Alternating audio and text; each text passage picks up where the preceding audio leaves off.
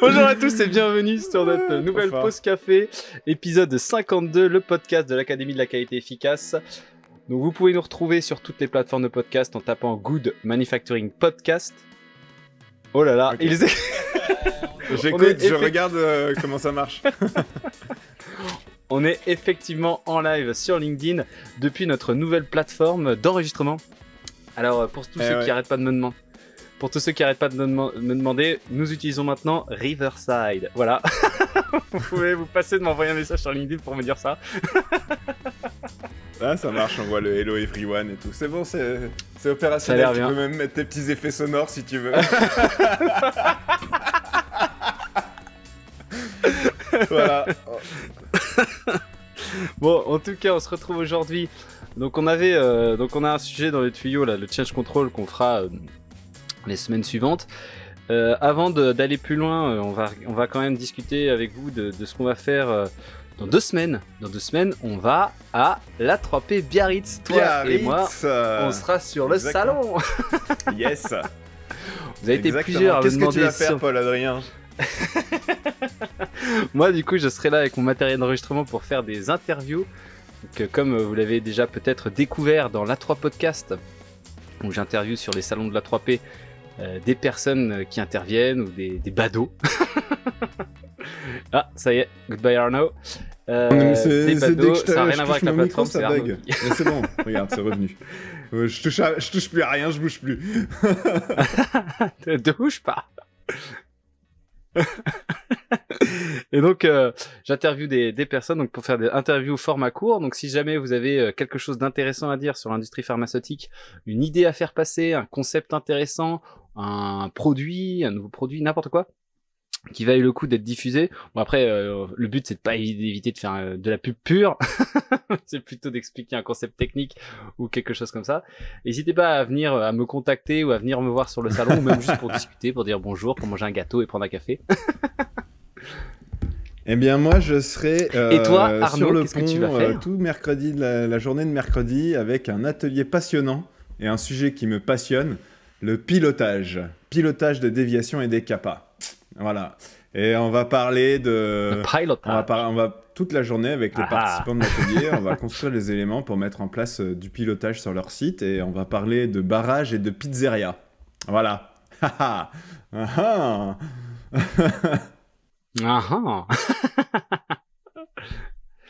Ouais, non, on a préparé l'atelier, ça a l'air vraiment super, ça va être vraiment super sympa, un atelier qui va être dynamique, ça va pas du tout être descendant comme on peut voir sur ça, des fois dans des ateliers, pas forcément. Je veux dire, oh là là. Non, l'idée c'est vraiment de faire partie. Bah, c'est le but des ateliers à la 3P, hein. C'est vraiment participatif, c'est partage d'expérience entre les participants. C'est aussi un peu de prise de recul sur la théorie et de mise en pratique, hein. Donc voilà, s'il y en a qui sont en train de nous écouter, qui vont participer à l'atelier, préparez-vous parce que je vous assure que vous allez pratiquer. Autre nouvelle super intéressante, donc on va développer ça un petit peu plus en détail aujourd'hui. Ça c'est trop bien ça. Tout ce qu'on vous a raconté là sur la gestion des déviations. La gestion des déviations, donc il y a un sacré paquet d'épisodes, il y en a genre une bonne grosse quinzaine qui traitent la gestion des déviations de A à Z, donc c'est-à-dire de la détection de la situation inhabituelle jusqu'à la clôture, en passant par le rapport, en passant par l'évaluation, en passant par l'investigation, la gestion de l'impact, les causes, etc. Les causes primaires, les causes racines. Donc tout ça a été inspecté en détail par un inspecteur de la NSM pas plus tard qu'en début de mois. Et donc le client, le site chez qui on a déployé ça, s'en est sorti avec 0. Donc les événements, c'est bien. Voilà. non mais il faut le préciser, hein, parce que c'est le cas de ce site, mais c'est le cas souvent sur des sites où on intervient, où intégrer la notion d'événement, ça réduit un peu aussi le volume de déviation selon la situation. Et on sait qu'il y a des personnes qui ont pu faire des remarques en disant les événements, c'est un moyen de cacher la misère, faut pas le faire, etc. Ben non, en fait, si on a les outils. Donc ce qui veut dire, c'est si on évalue correctement le risque des événements Et si on a un moyen surtout de justifier, de retrouver ce qu'on a fait et qu'on tient finalement qu'on tient des archives, qu'on enregistre nos événements, qu'on est capable d'y retourner, de comprendre le rationnel derrière la décision de pourquoi on a transformé cette situation exceptionnelle, cette inhabituelle en événement, et bien du coup en fait finalement c'est auditable, et c'est parfaitement recevable. Donc ce qui est super bien, c'est que ce site sur lequel il est inspecté, donc ils ont été inspectés entre autres si spécifiquement sur ce sujet, donc c'était pas un truc qu'ils ont trouvé c'est pas un truc qu'ils ont fait entre le fromage et le dessert. Il y avait vraiment la volonté. L'ordi de Arnaud a craché. Hop là. Continue en solo. Donc il y avait vraiment une volonté de regarder le processus de gestion des déviations, le processus de voilà. Une volonté de regarder le système de gestion des déviations, et effectivement ça a été regardé en détail et ça s'est super bien passé. Donc ce qui est cool, c'est Arnaud qui avait un peu plus de détails sur les chiffres, mais néanmoins en fait ce que ça permet de faire, et ce qui est très intéressant, c'est que pouvoir classer finalement le tout venant en événement, et bien en fait ça va diminuer grandement la charge de travail sur les équipes investigation. Alors ce qu'il faut se dire, c'est que, et ça c'est super important, et c'est quelque chose qu'on passe vraiment beaucoup de temps à dire quand on déploie cette approche, c'est que le temps gagné par les situations inhabituelles qui sont transformées en événements doit impérativement être réinvesti dans l'investigation des déviations. C'est très très important, c'est-à-dire que les déviations qui en valent le coup vont être investiguées plus profondément. Et le but, c'est de trouver des actions qui vont être efficaces. Donc, plus le temps va passer, plus théoriquement, on va avoir une réduction du nombre de déviations, en tout cas du nombre de déviations critiques et majeures. Donc, dans un an et demi, au bout d'un an et demi, le nombre de déviations majeures et critiques diminue grâce à l'efficacité de nos actions. Alors ça dépend aussi de la méthode d'investigation, c'est-à-dire que si on déploie ça sur un site qui n'est pas mature en termes de technique d'investigation, eh bien de technique d'investigation, eh bien ce que ça va faire, c'est que la qualité des investigations ne va pas permettre de déterminer des causes racines plus que ça. Et donc les CAPA finalement sont non efficaces, et donc on va rester avec un volume de déviation qui est plus ou moins égal. Donc ce qui va être intéressant, c'est que là on peut le voir, hein, si au bout d'un an et demi donc on avait un certain volume de déviation, par exemple imaginons 300 déviations ou 1000 déviations à l'année, et que avant on avait 1000 déviations, on met en place les événements, on se retrouve avec 700 déviations, 300 événements, et si au bout d'un an et demi on est toujours à 700 déviations, 300 événements, ça veut dire qu'il n'y a pas eu de progression du site. En tout cas, la charge de travail la charge de travail a été réinvestie ailleurs, donc c'est-à-dire qu'ils n'ont pas passé plus de temps, ou alors ils ont passé peut-être plus de temps sur des déviations mais sans aucun effet. Et donc ce qui est intéressant, si on constate ça, c'est qu'il faut remettre un effort sur la technique d'investigation. Donc nous, en général, quand on nous consulte pour déployer en tout cas un système de gestion, un processus de gestion des déviations, en général, on nous prend également pour déployer une méthode d'investigation. Donc c'est pareil, il y a un step-up assez important avec un accompagnement sur la gestion des déviations qui fait que finalement les investigations s'améliorent en termes de profondeur. Ah, voilà. Les investigations s'améliorent en termes de profondeur. Et donc, finalement, on va observer au bout d'un moment que le nombre de déviations pures va diminuer. Et c'est là que, après, on en reparlera dans une seconde, hein, mais c'est là qu'après, on peut considérer certains événements rentrer grâce aux matrices d'évaluation, des choses qu'on considérait comme événements en déviations mineures, pour ensuite les intégrer dans les déviations, commencer à les investiguer et commencer à les réduire. Donc ça, c'est une première chose. Ouais, alors du coup, j'ai rien suivi de ce que tu as raconté. J'ai mon ordinateur. Je sais pas à quel point c'est lié à ton application, la nouvelle, mais mon ordinateur, il a fait shutdown. Et moi, je viens de le redémarrer. Ouais. I'm back. Donc, je sais pas ce que tu as dit. Ouais. C'est un sujet sur lequel je peux meubler pendant En bref, longtemps. on est fiers des résultats, quoi.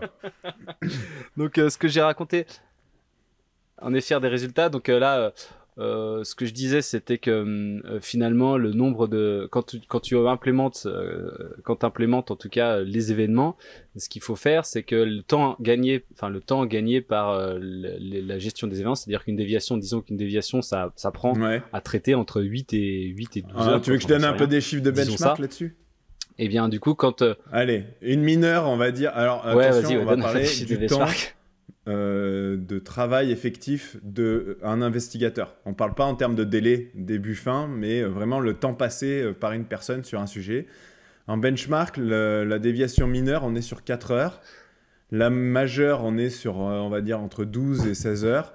Et la critique, entre 32 et 50 heures, ça peut monter jusqu'à 50 heures. Et l'événement, 0.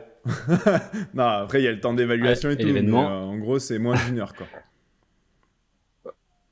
Voilà, 0.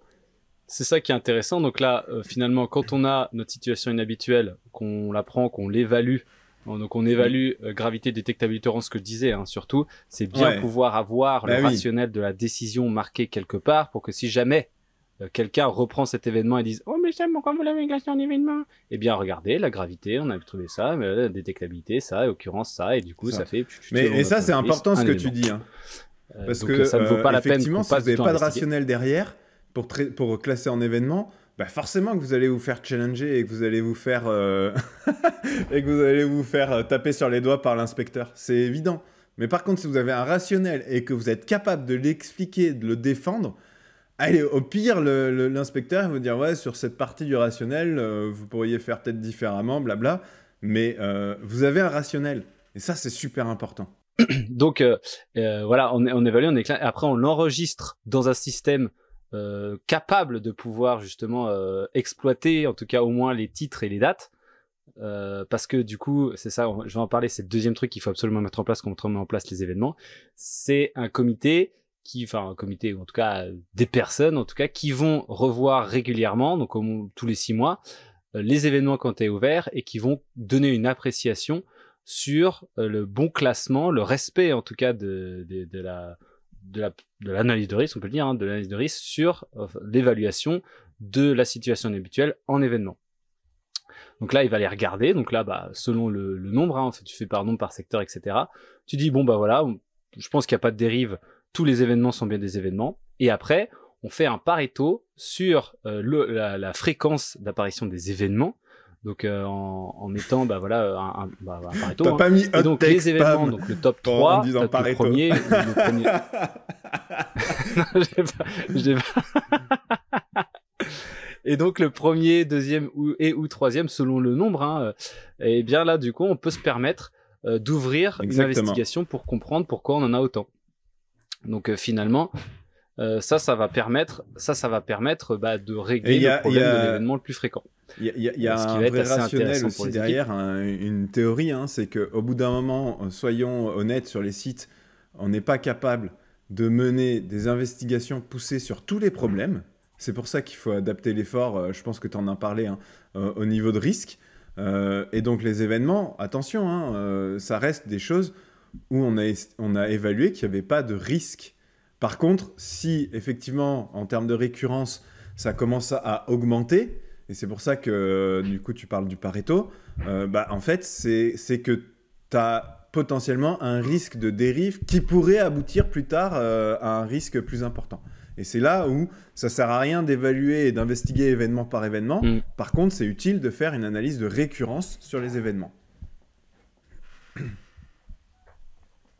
Et alors, pourquoi les événements sont essentiels pour moi, hein, à partir du moment où tu as un processus de gestion des déviations, tu es obligé de mettre en place les événements parce que c'est très lié à la culture qualité du site. C'est-à-dire qu'un site qui va avoir...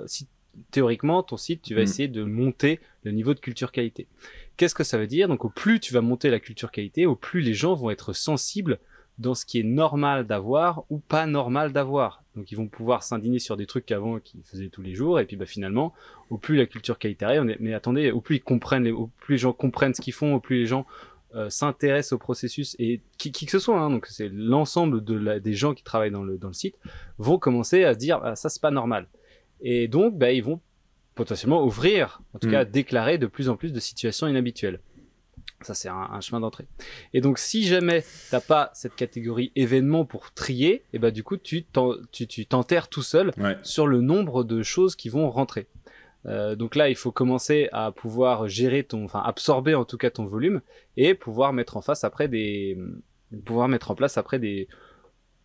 différents types de choses, hein. Tu peux avoir après un processus pour gérer tes signaux faibles, un processus après, encore une fois, pour étudier et analyser ce qui est en train de se passer. Et inversement, quand la culture qualité de ton site diminue, à cause de départs, à cause de personnes qui, souvent c'est des départs, hein, un gros turnover ou des choses comme ça, et bien en fait, là, ce qui va se passer, c'est que tu vas perdre finalement de la capacité d'investigation. Tu vas perdre. Oui, tu vas être moins efficace parce que tu vas perdre la capacité d'investigation. Ne serait-ce que sur l'investigation. Quand tu as quelqu'un qui part, qui a été formé et qui fait des investigations depuis plusieurs années, il est forcément plus efficace que quelqu'un qui débarque, même si tu as une super formation. Et encore faut-il avoir la super formation. Et donc c'est là où tu peux te permettre sur ta matrice, en tout cas de classification des déviations événements mineurs majeurs critiques, c'est de transformer la mineure qui va être par exemple qui est pas grave, qui arrive jamais et qui est très détectable. Tu peux te permettre peut-être de la passer en événement, en tout cas pour réorienter la capacité d'investigation dans l'immédiat sur des déviations qui vont être moyennes. Non, c'est clair. C'est vraiment important ce que tu dis, parce que encore une fois, on n'est pas en train de dire qu'il faut prendre des risques inconsidérés. Il y a vraiment le rationnel avec la gravité, l'occurrence et la détectabilité. Et voilà, il y a des sites qui ont beaucoup de moyens et qui peuvent se permettre d'aller dans le détail de beaucoup de choses. Il y en a d'autres, c'est moins le cas. Et il faut aussi l'entendre. Et du coup, il faut se mettre en marche pour traiter les sujets les plus problématiques en priorité. Et à force de traiter en priorité les sujets les plus problématiques en profondeur, on les tue petit à petit. Et donc, on peut aussi commencer à aller traiter d'autres sujets au fur et à mesure, quoi. Un dernier truc intéressant aussi par rapport aux événements, c'est des gens qui vont reporter des trucs qui n'ont rien à voir avec la choucroute. Alors imagine, t'as pas ce niveau événement. Le gars qui reporte, comme j'avais dit l'autre jour sur LinkedIn, une tâche de café sur un dossier de l'eau sans perte de données, sans modification ni rien. Là, du coup, tu te retrouves à investiguer une tâche de café sur un dossier de l'eau. Alors, oui, il y en a tout le monde va me dire, oui, mais c'est pas normal qu'il y ait du café sur à côté des dossiers de l'eau. Oui, le jour où on n'aura plus de contamination croisée et de colmatage des filtres, on pourra peut-être s'intéresser au café, mais en attendant. Ouais, non, mais c'est ça. Mince, quoi. Prioriser les efforts. Et c'est marqué, encore une fois, dans les BPF, hein, ça. Et autre chose que tu as dit qui me fait penser, c'est sur certains sites, effectivement, tu as une corde que tu peux tendre parce que finalement, tu as des départs. Et du coup, la quantité de travail, il est possible de la dispatcher sur les différentes personnes qui travaillent déjà. Donc, ça peut s'absorber. Mais il y a sur certains sites où la corde est déjà extrêmement tendue. Et du coup, à partir du moment où quelqu'un part, tout s'écroule, quoi. Et là, on fait le lien avec le sujet du pilotage, qui est super important. On fera des épisodes spécifiques après l'atelier de la 3P là-dessus, mais sur le pilotage, d'avoir la vision justement de quelle est la charge de travail que représentent les déviations en cours. Et si en fait ta charge de travail elle est égale à ton nombre d'investigateurs, tu peux considérer que tu es dans une situation tendue. Et ça, faut juste en avoir conscience, hein. On ne dit pas qu'il faut 50 000 investigateurs, mais par contre, c'est bien d'avoir toujours un peu 20% sous le pied, parce que les déviations, ça peut arriver n'importe quand, et n'importe quel jour ou n'importe quelle semaine, vous pouvez vous prendre un petit pic, et ce 20% de sauvegardé, je peux vous assurer que vous serez content de l'avoir sauvegardé ce jour-là. Chez un client dans un service, je regardais la moyenne par semaine parce que pour essayer de dimensionner un peu le truc, la moyenne par semaine des événements, puis je regarde 5, 4, 17. Mais c'est ça. C'est vraiment important de l'avoir en tête, ça. Ce genre de pic, ça arrive tout le temps. C'est imprévisible, c'est comme ça. Et non mais c'est clair. Et un truc qui est assez intéressant aussi, alors du coup ça change un peu de sujet, mais sur en tout cas l'évaluation des situations inhabituelles. Donc on apporte finalement un certain nombre de matrices, de tableaux, des tableaux qui vont permettre d'évaluer en sorte de catégorie la gravité, la détectabilité, l'occurrence. Et en fait, des gens pensent qu'il est possible d'avoir un oracle parfait pour évaluer pour évaluer les situations. Mais après, il y a un truc qui est aussi intéressant, c'est que vu que tu introduis la notion d'événement qui est souvent qui est pas forcément toujours dans là c'était déjà là, tu vois. Ils avaient déjà un peu un événement. Mais en fait, quand tu fais évaluer le tableau, surtout avec tableau d'occurrence, et là genre, mais ça veut dire que si tu as une occurrence faible, tu fais rien. Alors, attention, c'est pas du tout ce que j'ai dit. Parce que en fait, quand tu évalues les tableaux un à un, les gens ont tendance à penser que c'est ce tableau-là qui fait 100% de la criticité de la situation. Alors que pas du tout. C'est la combinaison des trois: gravité, détectabilité, occurrence. Et encore une fois, à partir du moment où tu as décidé que tu ferais une déviation, quelle que soit sa criticité, donc tu n'es plus en événement, donc déjà ça veut dire que globalement, à partir du moment où tu as gravité autre qu'aucune, gravité faible, moyenne, forte, gravité faible, bah du coup il faudra voir ce qui est décidé avec le groupe, mais peu importe. En gros, si tu as gravité moyenne ou forte, eh bien tu seras déjà en déviation, et dans les déviations, il y a quelque chose qui ne varie jamais, c'est l'évaluation de l'impact. L'évaluation de l'impact, danger risque impact, et c'est toujours le maximum de ce qu'on peut faire. quelle que soit la criticité. Voilà, ça, le minimum. En gros, tu fais, le minimum égale le maximum, quoi. Enfin, c'est-à-dire, t'évalues l'impact. Toujours de la même manière. Sur c'est à fond, l'axe déviation, on a recherche de cause et recherche d'impact, que ça soit mineur, majeur ou critique. La partie impact, c'est toujours la même approche. Il n'y a pas de, on va plus ou moins loin. C'est sur la recherche de cause où on va plus ou moins loin. Et ça c'est important de le redire, mais aussi, à partir du moment où tu as dit que c'était déviation, tu ne peux pas accepter qu'il n'y ait pas un minimum d'investigation aussi sur la recherche de cause. Enfin, moi j'ai beaucoup de mal avec les sites qui disent mais on a la cause évidente, c'est bon. Franchement, il y a toujours moyen de se poser un peu et d'essayer de réfléchir un peu, de prendre un peu de recul. Même avec un petit outil, même sur une mineure, d'aller un peu plus loin qu'on a la cause évidente. C'est exactement ce que... c'est sur un des derniers clients, là, où les méthodes d'investigation... là, c'est là où on n'avait pas... Du coup, ce que je dis au début, on ne nous a pas demandé de challenger, de mettre en place une nouvelle méthode d'investigation. Et du coup, sur les mineurs, ils voulaient dire, c'est que la cause évidente. Je fais, attendez, on pourrait au moins dire, pour les mineurs... Tu fais retour sur le terrain, interview opérateur, chronologie.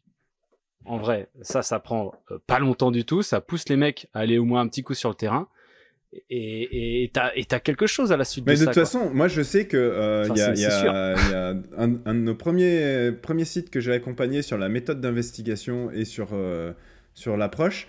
Ils avaient insisté pour avoir une catégorie mineure sans investigation. Donc moi, je leur ai dit, non, il faut pas. Ils ont insisté, donc au bout d'un moment, j'ai dû plier. Et qu'est-ce qui s'est passé en inspection? Ils se sont fait épingler sur les mineurs sans investigation. Voilà. Non, mais... mais attends, c'était sans investigation impact? Même? J'en sais rien. Ça sert à quoi? Mais bon. Non, mais c'est-à-dire que il y a un peu un truc, mais bon, on veut pas le savoir. Mais l'impact, il faut le faire quoi qu'il arrive à partir du moment où tu as dit que tu étais en déviation, ça c'est clair. Mais même les causes, putain, j'arrive pas vraiment à chaque fois qu'on me dit cause évidente, mais non, putain de Dieu de merde, hot tech.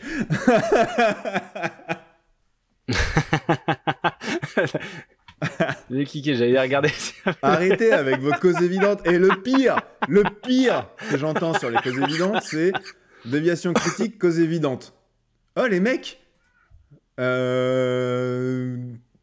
va peut-être aller falloir creuser. Hein.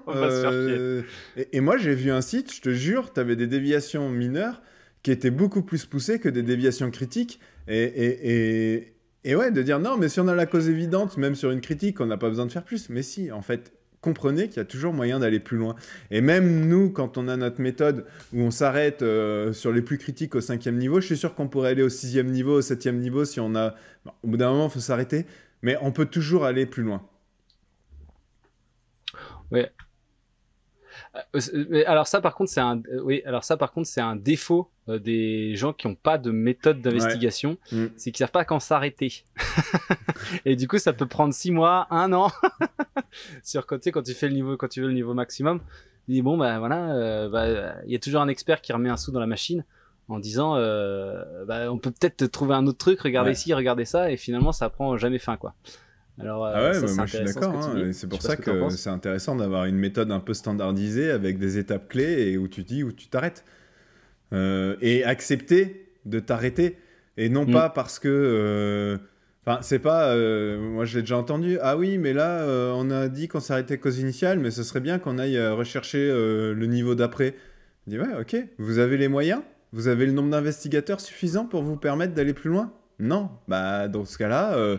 vous arrêtez là, parce qu'en fait, demain, potentiellement, vous avez un gros truc qui vous tombe sur le coin de la tête, et bah là, si vous êtes en train de perdre du temps à aller rechercher un truc sur un truc où il n'y a pas besoin, vous n'allez plus avoir la disponibilité pour aller chercher là où il y a besoin. Donc, il faut accepter de s'arrêter. Encore une fois, c'est tout à fait entendable, défendable en inspection, avec un rationnel clair derrière.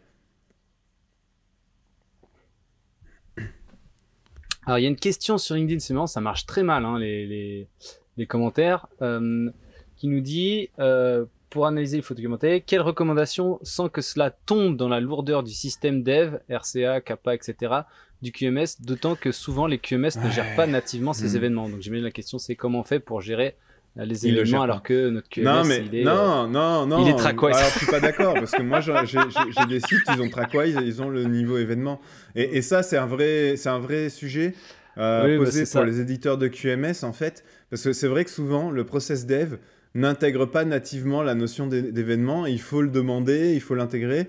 Moi, j'accompagne un site aujourd'hui où justement cette question se pose et où c'est un vrai point. J'ai pas de réponse toute faite là-dessus. Mais c'est vraiment pénible parce que d'enregistrer les événements, est-ce que vous allez le mettre? Vous pouvez le faire dans un fichier Excel, mais vous risquez de perdre des données. De pouvoir avoir ce niveau-là dans le QMS, ça serait quand même bien, avec moins de lourdeur, c'est-à-dire que tu as l'ouverture, l'évaluation, clôture directe, point. Ça serait vraiment bien, mais c'est vrai que tout le monde ne l'a pas. C'est quoi, on devrait développer un petit truc qu'on valide 21 CFR, enregistrer vos événements. Un truc de plus sur la pile des choses qu'on devrait faire.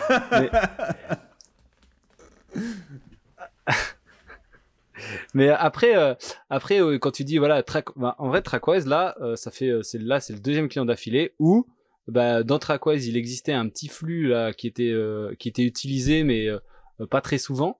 Et finalement, avec peu de demandes de modification, on va arriver à faire un flux événement qui est rallié, qui existait dans le processus déviation et qui va fonctionner quoi.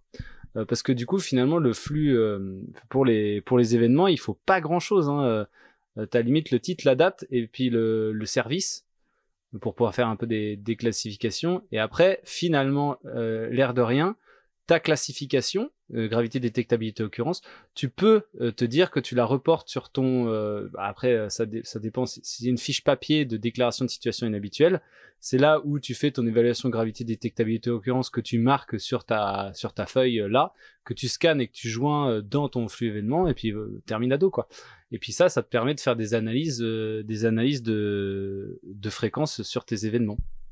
Alors du coup c'est pareil, hein, il faut un formalisme sur le titre et tout, faut faire gaffe quand même. Oui. Pareil, tu peux rajouter produit, numéro de lot. Après le formalisme, de toute manière, moi je sais que on est obligé de, quand tu veux faire une analyse de récurrence, de retourner voir dans le détail chaque truc. Tu peux pas te baser que sur le titre. Le titre va te permettre de faire une première classification à la hache, mais au bout d'un moment, il va falloir y aller un petit peu à la serpette, quoi. Alors après, sur les événements, justement, vu que tu n'as pas fait d'investigation, là, du coup, tu n'as pas beaucoup d'infos à les regarder en plus, quoi. Normalement, le danger, du coup, c'est le titre égale le danger. Voilà, ça, c'est à la limite, si tu vas regarder dans ta catégorie la plus fréquente une fois que tu l'as faite, tu te retrouves avec une grosse catégorie 1, Tu regardes un peu en détail tout ce que tu trouves dans la catégorie pour voir si tu peux pas, si vraiment c'est la même chose ou si c'est un truc un peu différent à chaque fois. Mais voilà, en tout cas, pour les en tout cas, on n'a pas vraiment répondu à la question quelle recommandation, parce que la seule recommandation, moi qui me semble pertinente, et je sais que c'est pas forcément accessible pour tout le monde, c'est d'avoir ce flux événement dans le QMS, quoi.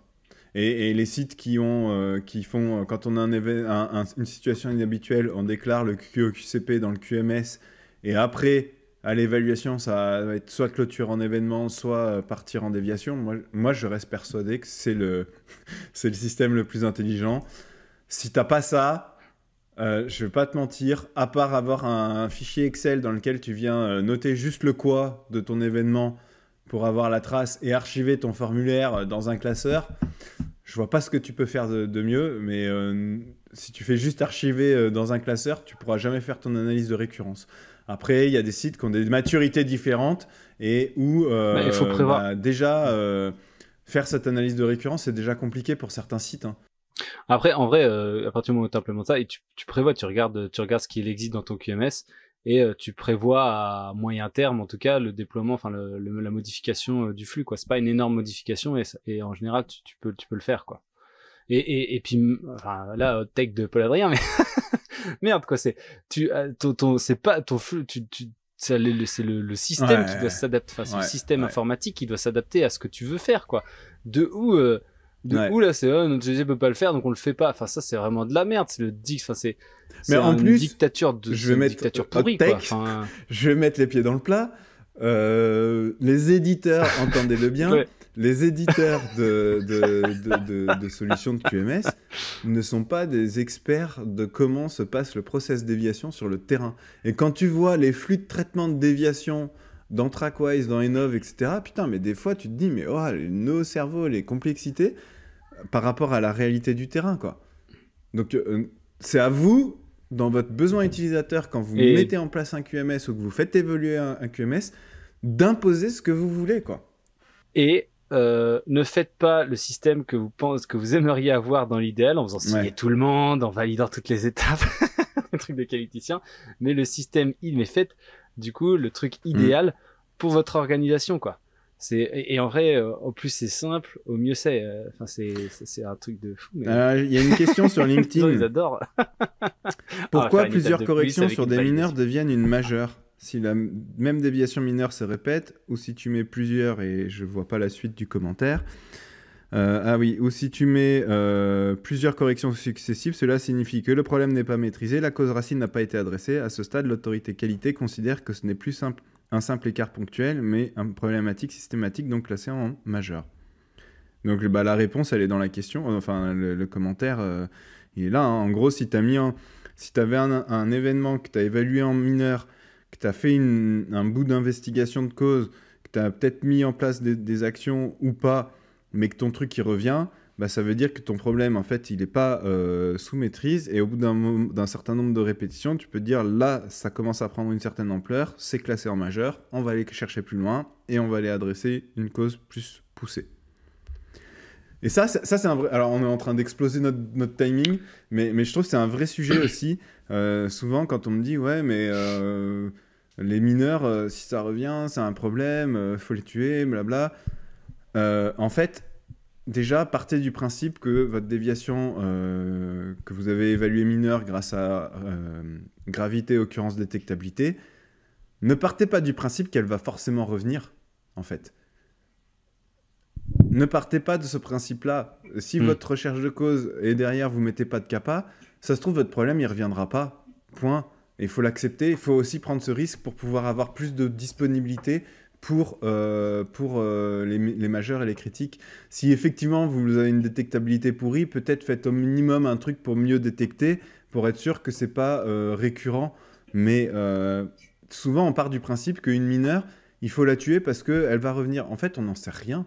On n'en sait absolument rien. Et si elle revient, là vous allez le voir, et là ça veut dire que vous avez un problème, et là vous allez pouvoir vous dire, ok, il faut qu'on la classe plutôt en majeur, et grâce à la partie occurrence de la matrice, ça va vous permettre de le mettre en majeur et d'aller mettre les efforts nécessaires sur ce sujet.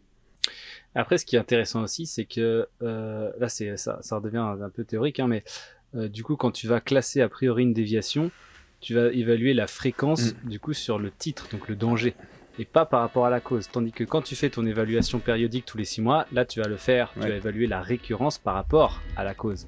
Et c'est là où tu auras une évaluation beaucoup plus fine de qu'est-ce qui est vraiment revenu et qu'est-ce qui n'est pas vraiment revenu. Donc tu as une évaluation a priori, elle va être sur la fréquence de, je sais pas moi, j'ai encore un marquage absent sur boîte, quoi. Alors que finalement, derrière sur ton étude de récurrence, tu vas avoir défaut de la cellule, de compta, enfin défaut de la cellule de triage en sortie de... La récurrence de cause et la récurrence d'effet. Toujours un vrai sujet, un vrai débat intéressant. En tout cas, c'est bien que vous posiez des questions, c'est super. Merci beaucoup. Et puis, n'hésitez pas à nous contacter si vous avez besoin de nous. On est toujours très content de discuter de ça. Et puis on se retrouve à la 3P peut-être, ou en tout cas dans un prochain live. Merci à tous de nous suivre, sur les réseaux sociaux, sur tout ça. Allez hop, check. Allez, merci bon merci week-end à tous et à très vite.